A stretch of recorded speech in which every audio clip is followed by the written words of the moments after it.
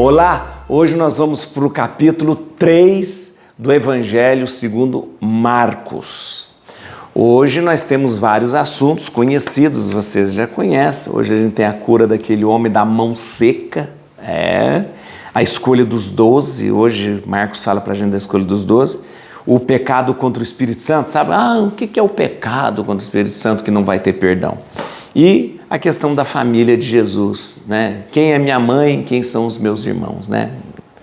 Vamos lá então, porque você está percebendo que Marcos, num capítulo ele coloca um monte de coisa, ou seja, já te falei, são vários temas, são várias narrações, sem relação uma com a outra, né? Às vezes não estão conectadas uma com a outra, mas o que importa é a informação que Marcos quer passar, né? Tá bom? Vamos lá? Dá um like no vídeo, isso, ou então faça o seguinte, convide as pessoas para vir fazer essa caminhada com a gente aqui, tá bom? Olha, a sugestão que eu dou sempre assim, começa a ler a Bíblia do começo, lá de Gênesis, e vem, tá bom? Agora tem gente que está fazendo assim, ó, tem gente que está lendo o Antigo Testamento e está lendo o Novo Testamento junto também. Então tem gente que está começando lá em Gênesis, mas está fazendo aqui também o Evangelho. Você escolhe aí, o importante é que a gente sempre possa estudar a Bíblia com muita seriedade, e é isso que eu proponho a você, sem fanatismo, sem fundamentalismo, isso, né? Conhecendo o ambiente histórico, os costumes, tudo isso, tá bom? E dali a gente vai extrair a palavra de Deus, tá bom? Bíblia na mão, Espírito Santo no coração. Vamos ler então o capítulo 3. Esses episódios aí que são muito interessantes. Noutra vez, entrou ele na sinagoga e achava-se ali um homem que tinha a mão seca. Ora, estavam observando se o curaria no dia de sábado para o acusarem. Ele diz ao homem da mão seca, vem para o meio. Então lhes pergunta, é permitido fazer o bem ou o mal no sábado? Salvar uma vida ou matar? Mas eles se calavam. Então, lançando o olhar indignado sobre eles, e contristado com a dureza de seus corações, diz ao homem, estende a tua mão. Ele estendeu-a e a mão foi curada. Saindo os fariseus dali, deliberaram logo com os herodianos como haviam de prender. Jesus retirou-se com os seus discípulos para o mar e seguia uma grande multidão vinda da Galiléia e da Judéia, de Jerusalém, da Idumeia, do Além-Jordão e dos arredores de Tiro e de Sidônia. Veio a ele uma grande multidão ao ouvir o que ele fazia. Ele ordenou a seus discípulos que lhe aprontasse uma barca para que a multidão não o comprimisse. Curou a muitos, de modo que todos os que padeciam de algum mal se arrojavam a ele para tocar.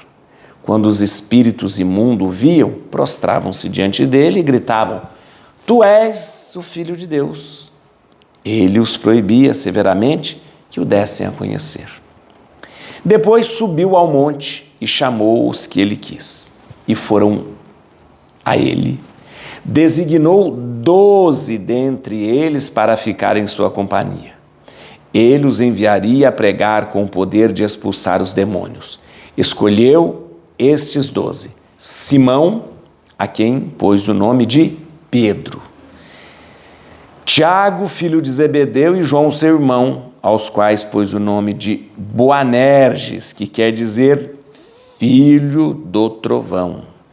Ele escolheu também André, Filipe, Bartolomeu, Mateus, Tomé, Tiago, filho de Alfeu, Tadeu, Simão, o zelador, e Judas Iscariotes, que o entregou. Dirigiram-se em seguida a uma casa, aí afluiu de novo tanta gente que nem podiam tomar alimento. Quando os seus o souberam, saíram para o reter, pois diziam, ele está fora de si. Também os escribas que haviam descido de Jerusalém diziam: ele está possuído de Belzebul, e pelo príncipe dos demônios que ele expele os demônios. Mas, havendo-os convocado, dizia-lhes em parábola: como pode Satanás expulsar Satanás? Pois se um reino estiver dividido contra si mesmo, ele não pode durar. E se uma casa está dividida contra si mesmo, tal casa não pode permanecer. E se Satanás se levanta contra si mesmo, está dividido e não poderá continuar, mas desaparecerá. Ninguém pode entrar na casa do homem forte e roubar-lhe os bens, se antes não o prender. Então saqueará sua casa. Em verdade eu vos digo, todos os pecados serão perdoados aos filhos dos homens, mesmo as suas blasfêmias. Mas todo o que tiver blasfemado contra o Espírito Santo jamais terá perdão, mas será culpado de um pecado eterno. Jesus falava assim porque tinham dito: ele tem um espírito imundo.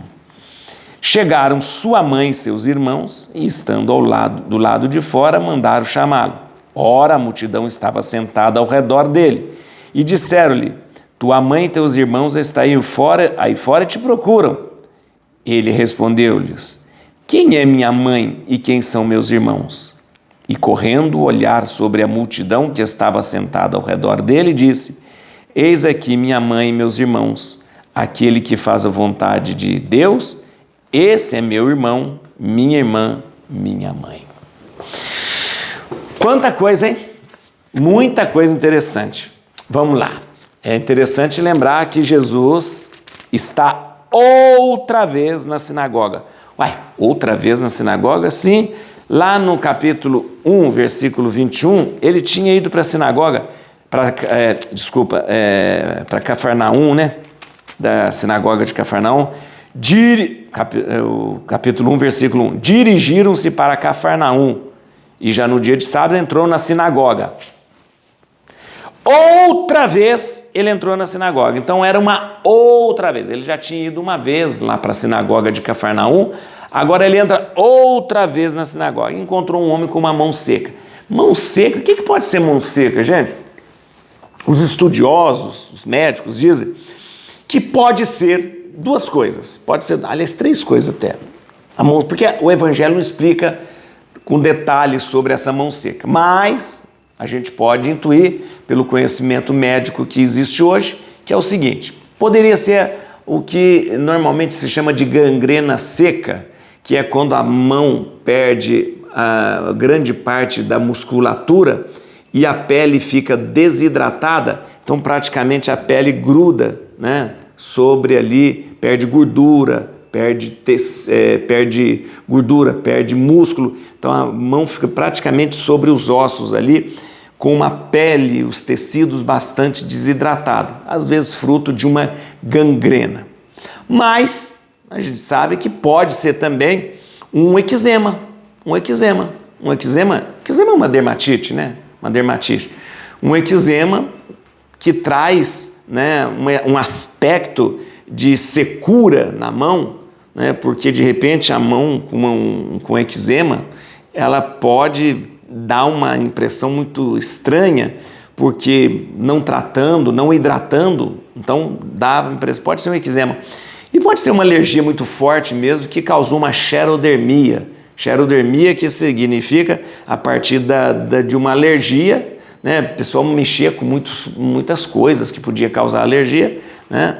Eram muito expostos ao sol, a coisas que eles não conheciam, e pode ter causado uma xerodermia, ou seja, a pele secou por conta de uma alergia. Então pode ser tudo isso. O importante é que Jesus cura esse homem e cura num dia de sábado, Não era uma doença que levava à morte.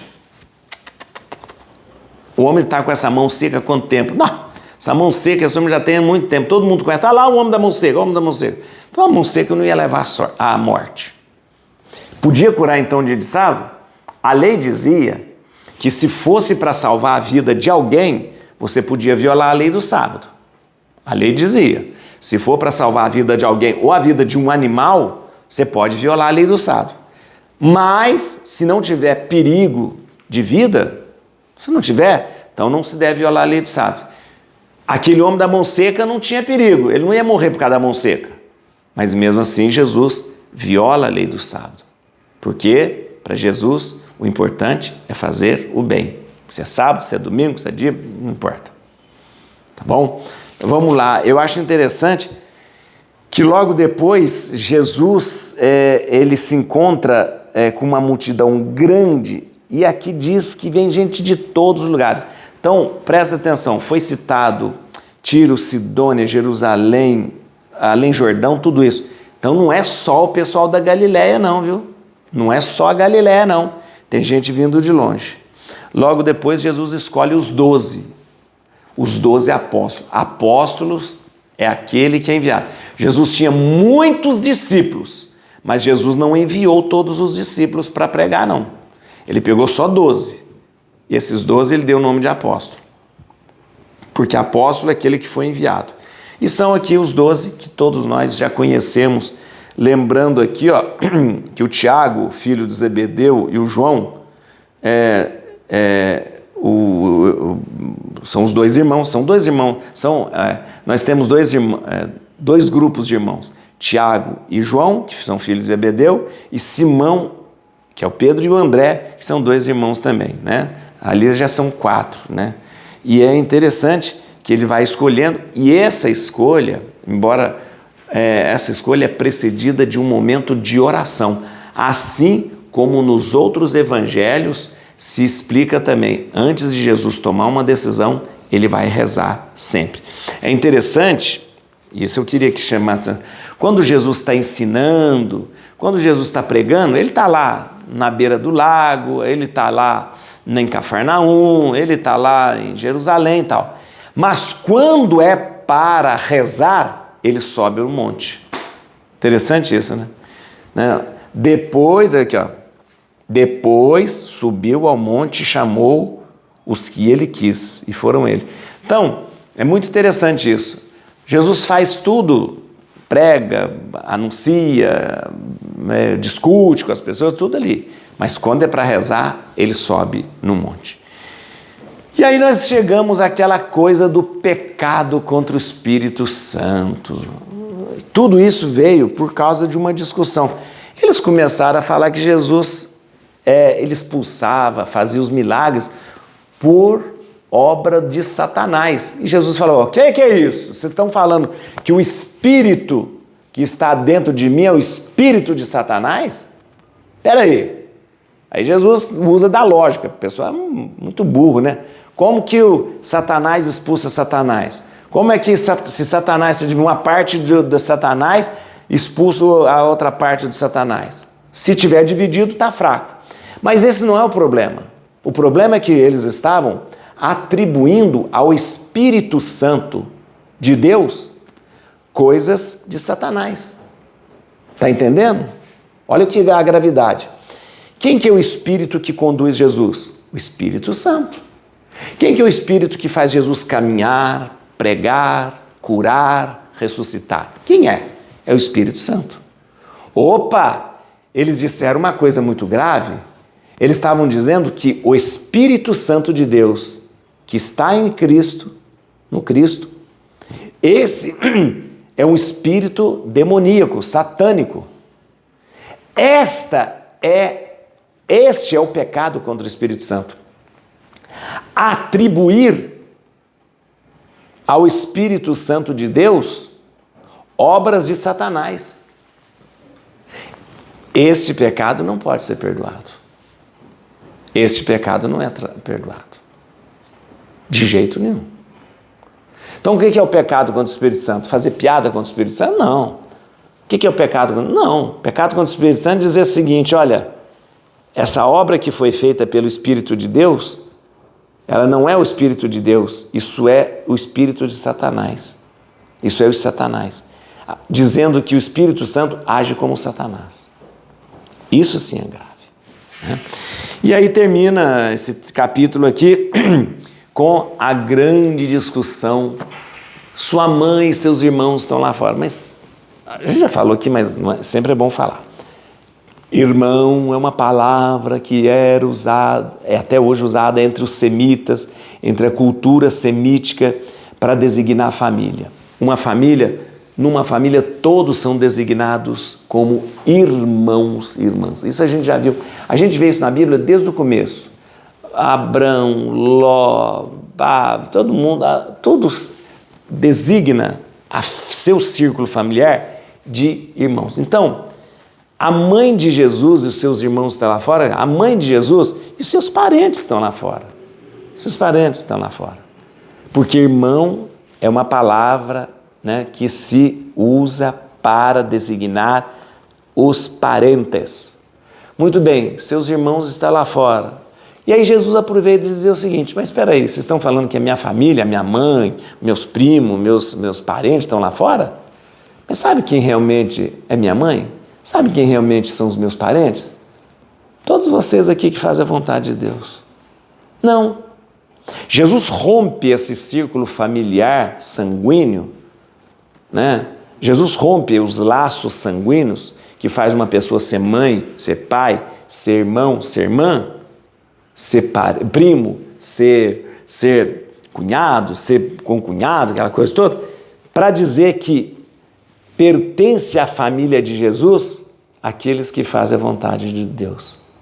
Olha que coisa bonita. Fazer a vontade de Deus é entrar em comunhão com o próprio Jesus. Como é que eu posso estar em comunhão plena com Jesus? Me tornando seu irmão, me tornando sua mãe até, fazendo a vontade de Deus. Vamos ver aqui alguns versículos que eu anotei para a gente notar, para a gente conversar. No versículo 1, sobre aquela questão de noutra vez aqui, ó. Versículo 1, noutra vez ele entrou na sinagoga e achava-se ali um homem de mão seca. Noutra vez se refere a outra vez que ele foi para a sinagoga. Uma vez ele entrou na sinagoga de Cafarnaum, passou um tempo, ele foi de novo na sinagoga de Cafarnaum. Jesus gosta de arrumar problema, né? Gosta de arrumar problema. Aquela vez já arrumou problema, já está arrumando problema de novo. Chegou lá, tinha um homem da mão seca, que eu já expliquei para você, a mão seca que ele tinha não era uma doença que podia levá-la à morte, não era. Olha aqui no versículo 2. Ora estavam nos observando se o curaria no dia de sábado para o acusarem. Vamos lá. Os rabinos da época, segundo os rabinos da época, só se poderia ajudar o enfermo no sábado em perigo de morte. Então é o seguinte, então na compreensão dos rabinos da lei é o seguinte, se tem uma pessoa que está passando por um risco de vida, em perigo de morte, aí você pode violar a lei do sábado. Se não, não pode. Só que este homem não tinha problema nenhum, além da mão seca, era só a mão seca. Então aquilo não levaria ele à morte. Não era uma coisa que colocaria aquele homem em risco, né? Não era aquilo. Então Jesus faz uma pergunta. Então Jesus pergunta: é permitido fazer o bem ou o mal no sábado? Salvar uma vida ou matar? Mas isso que é interessante a pergunta de Jesus, porque Jesus sabia que no sábado você pode fazer o bem ou você pode salvar uma vida se for necessário. Mas Jesus aumenta e fala assim, peraí, na lei está escrito que se uma pessoa estiver passando por um risco de vida, eu posso violar a lei do sábado. Mas Jesus aumenta e fala assim, pode fazer bem no sábado? Uai, pode fazer bem no sábado. Claro que pode fazer o bem. E aí Jesus fala, não, se pode fazer o bem, então esse homem pode ser curado. Então Jesus, olha que interessante, Jesus aqui, ele estende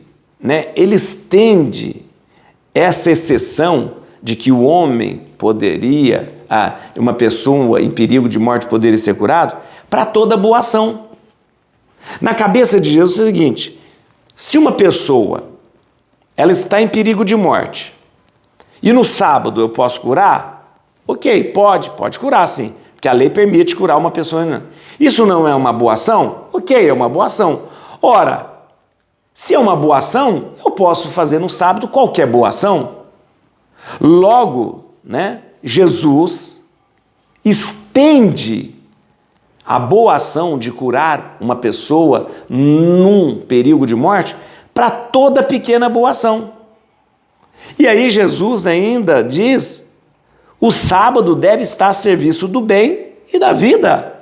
Claro, o sábado é um dia de fazer coisas boas. O sábado é um dia de fazer o bem. O sábado é um dia de fazer coisas maravilhosas. Porque no sábado você pode fazer alguma coisa para que a pessoa não morra. Já que uma pessoa em perigo de morte pode perder a sua vida, no sábado eu posso ajudar. Então Jesus aqui estende todo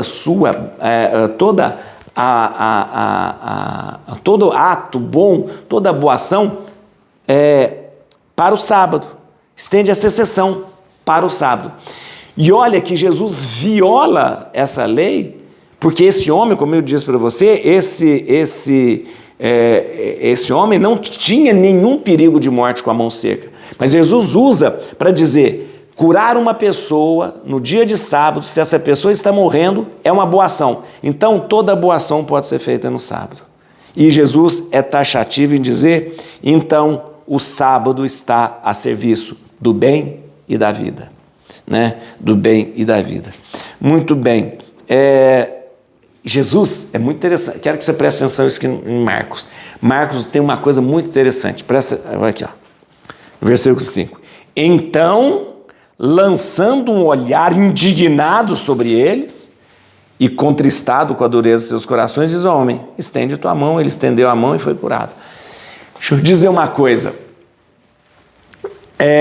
Marcos fala muito do olhar de Jesus. Isso é interessante. Marcos, ele nota muito o olhar de Jesus. Porque Jesus aqui perguntou para ele se podia curar ou não, se podia fazer o bem ou não. Jesus perguntou: pode fazer o bem ou o mal? Pode fazer o bem no dia de sábado? Pode fazer o bem no dia de sábado? E eles foram covardes e ficaram calados. Pode fazer o bem ou o mal no dia de sábado? Pode salvar uma vida ou matar? E eles ficaram calados. Então Jesus lança um olhar indignado para eles, não fala nada e cura aquele homem. Deixa eu te falar uma coisa. Você vai ler comigo, em vários momentos Jesus vai olhar profundamente para seus interlocutores. No capítulo 5, versículo 32, Jesus olha, no capítulo 5, versículo 32, olha aqui. E ele olhava em derredor para ver quem o fizera. Quando aquela mulher tocou. Quem me tocou? Quem me tocou? E ele olhava procurando. Olhar de Jesus. Outro momento em que Jesus olha aqui, outro momento que Jesus olha no jovem rico, capítulo 10, versículo 23, Jesus olhou profundamente para aquele jovem, olhou. Então o olhar de Jesus para Marcos tem um peso muito grande. E depois no capítulo 11, versículo 11, Jesus olha também, 11 aqui, E Jesus entrou em Jerusalém e dirigiu-se, aí lançou os olhos para tudo que o cercava. Então, é interessante que Marcos tem uma atenção especial para o olhar de Jesus. O olhar. Jesus, ele lança um olhar profundo. O Padre Zezinho tem uma música linda, Balada por um Reino, que fala assim, é tão linda: lançando-me olhar profundo que gelou o meu coração. Lançou-me um olhar profundo, gelando o meu coração. Quando Jesus olha para nós, nosso coração gela. Quando Jesus olha para nós, a gente fica apaixonado por Ele. Quando Jesus olha para nós, assim, olha, com seu olhar profundo, olha, a gente não volta mais atrás, não. Nunca mais. Nunca mais. Vamos lá. No versículo 6, tem mais umas... Aqui, ó. Jesus curou, saindo os fariseus dali, deliberaram logo com os herodianos como haviam de prender. Eu já falei para você dos herodianos, quem são os herodianos? Os herodianos, né, são amigos e partidários de Herodes Antipas. Quem é o Herodes Antipas? O Herodes Antipas é o tetrarca da Galiléia e da Pérea. Galiléia está aqui, Pérea está aqui, né? Então, o Herodes Antipas é o tetrarca da Galiléia e da Pérea. Tem o Herodes Filipe lá em cima e tem o Arquelau aqui embaixo, mas o Herodes Antipas é o tetrarca aqui da Galiléia e da Pérea. O Herodes Antipas foi ele que mandou prender João Batista. Foi. O Herodes Antipas, gente, não gostava muito de Jesus não, viu? Falar para vocês a verdade. Ele era muito hostil a Jesus. Muito. Os herodianos, eles eram amigos de Herodes e eram do partido de Herodes. Já que o Herodes Antipas não engolia muito Jesus, o que alguns que estavam ali, que eram herodianos, amigos ou partidários de Herodes, foram lá junto das autoridades de Herodes para tentar prender Jesus. A gente tem que lembrar uma coisa, que essa questão de prender, mandar para a cadeia, eles dependiam muito da deliberação do rei Herodes. O rei Herodes é um fantoche na mão dos romanos, todo mundo sabe. É um fantoche. Mas ele tem um certo poder. Ele é um fantoche na mão. Mas coisas que se trata do povo, os romanos deixam o Herodes fazer. Coisa que se trata de religião do povo, coisa que se trata daquelas... Deixa o Herodes. O Herodes é só um fantochezinho para nós, né? Mas, né, então deixa. Então eles precisavam muito de convencer Herodes a fazer alguma coisa contra Jesus. Então, logo que eles viram aquilo, eles foram até... foram lá falar com os herodianos, que era do partido de Herodes, falaram, dá um jeito aí com Herodes para a gente ver se a gente prende esse tal Jesus. Já que o Herodes prendeu o João Batista, mandou cortar a cabeça dele, quem sabe o Herodes também não prende esse Jesus e manda cortar a cabeça dele, né? Mas não foi isso que aconteceu, a gente sabe. No versículo 8, aquilo que eu falei, e da Judéia, de Jerusalém, da Idumeia, do Além-Jordão, dos arredores de Tiro, Sidônia, veio ele uma grande multidão. Aqui uma coisa interessante, que aqui a gente não tem só o pessoal da Galiléia, já falei. A multidão vinha não somente da Galiléia, né, mas de todas as regiões que era habitada por judeus. Olha, você fala aqui, o Marcos lembra pra gente, vinha gente da Judéia, tudo bem, claro, os judeus estão ali, mas vinha gente também da Idumeia, que é lá do sul, da Idumeia, do sul. Vinha gente lá de Tiro e Sidônia, lá do Líbano, lá de Tiro e Sidônia. Vinha gente do Além-Jordão, do outro lado do Jordão. Mas por que esses lugares todos eram habitados por judeus e esse pessoal vinha tudo atrás de Jesus. No versículo 14, como eu disse para você, sobre o envio, Jesus escolhendo os 12, né? Designou 12 dentre eles para ficar em sua companhia. Ele os enviaria a pregar com poder de expulsar os demônios. Muito bem. Discípulos Jesus tem muitos? Muitos discípulos, um monte de discípulos. Todo mundo que segue Jesus é discípulo, todo mundo que segue Jesus é discípulo. Mas Jesus não envia todos eles, não. Jesus não é bobo. Às vezes tinha uns malucos que seguiam Jesus também. Então, não, Jesus não envia todo mundo, não. Jesus escolhe 12 bem escolhidos e envia os 12. Ainda mesmo assim errou o Judas lá, né? Mesmo assim, o Judas ainda deu para trás lá. Mas Jesus escolhe 12 para enviar. E aí os 12, ele dá o nome de apóstolo. Apóstolo é que foi enviado especialmente por Jesus. E apóstolos são aqueles, viu, gente? Vamos ser bem sinceros. Depois nós tivemos mais um que é chamado de apóstolo, que é o Paulo. conviveu com os apóstolos e foi enviado por Jesus. Agora, esse negócio de hoje, a pessoa fala, eu sou apóstolo tal, eu sou apóstolo tal. Pelo amor de Deus. Aqui, vamos lá. No versículo 18, tem uma coisa interessante. Ele escolheu também André, Filipe, Bartolomeu, Mateus, Tomé, Tiago, filho de Alfeu, Tadeu, Simão, o zelador. Zelador. Mateus chama de Simão, o zelota. Zelota, zelador, a palavra zeloso, essa palavra é muito interessante. O zelador, ou o zelota, ou o zeloso, ele está muito ligado com aquele grupo revolucionário que andava armado, chamado sicários. Era um grupo revolucionário, violento, viu? Violento. Sicários, né?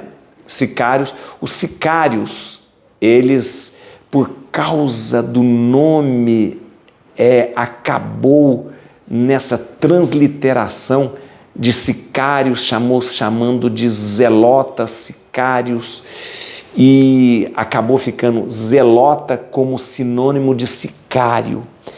E os sicários, geralmente eles andavam armados, com faca, né? Eles eram um grupo revolucionário que queriam a independência ali da região da Palestina dos romanos. E era um grupo violento. E a gente percebe que tem 2 apóstolos de Jesus que pertenciam a esse grupo dos sicários. Judas Iscariotes, tanto é que a palavra Iscariotes provavelmente venha de sicários, e Simão, o zelota. Então, esses dois provavelmente eram partidários aí deste grupo revolucionário. Você sabe que, só como história, esse grupo, os sicários, eles mais tarde, no ano 70, 80 depois de Cristo, 72, 73, depois de Cristo, eles se refugiaram numa fortaleza chamada Massada. Aliás, uma hora você precisa conhecer essa. Eles se refugiaram lá numa fortaleza Massada para fugir dos romanos, que os romanos queriam destruir, e durante muito tempo eles resistiram aos romanos, até que os romanos fizeram uma rampa, né? Subiram na fortaleza de Massada, mas eles não foram mortos pelos romanos.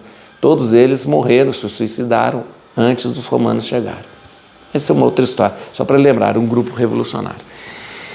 Muito bem, em outros momentos, a palavra zelador, zelota, o sicário, vai ser chamado de cananeu, Simão o cananeu. Então outros evangelistas vão chamar o Simão de cananeu, porque era dado o nome também para os zelotas de cananeus, os cananeus, tá bom?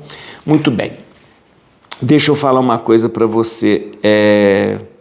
Sabe que esse grupo dos sicários, dos zelotas, eles queriam reconquistar, mesmo com violência, né, a independência daquela região, né, tá bom? No versículo 23, aqui tem uma curiosidade. Mas, havendo-os convocado, dizia-lhes em parábola. Como pode Satanás expulsar Satanás? Queria chamar a atenção a você, é a primeira vez que Marcos usa a palavra parábola. Primeira vez que Marcos usa a palavra parábola. Marcos não usa muito essa palavra, mas para Marcos, parábola tem um outro significado.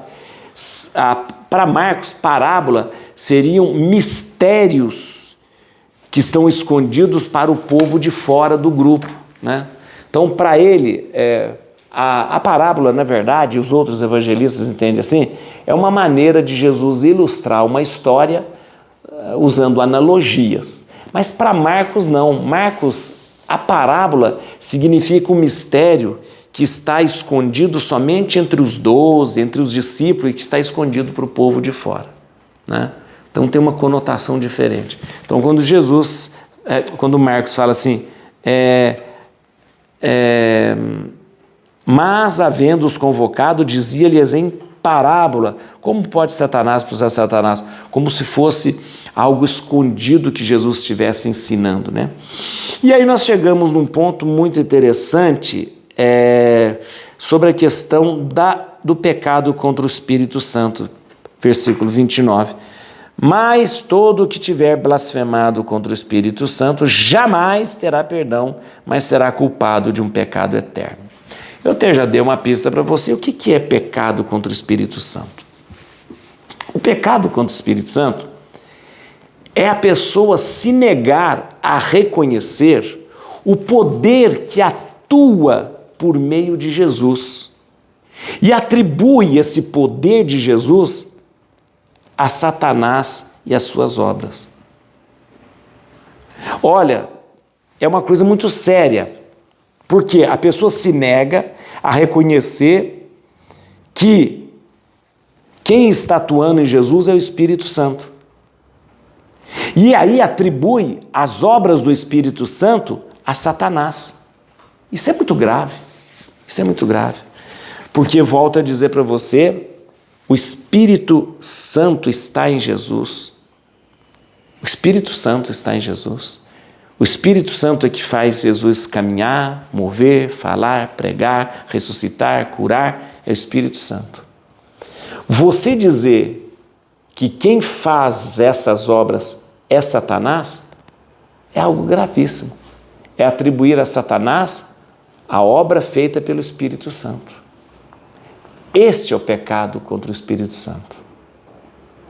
Negar-se a reconhecer a obra do Espírito Santo como obra dele e dizer que isso é obra de Satanás. Esse pecado não tem perdão. Esse pecado não tem perdão.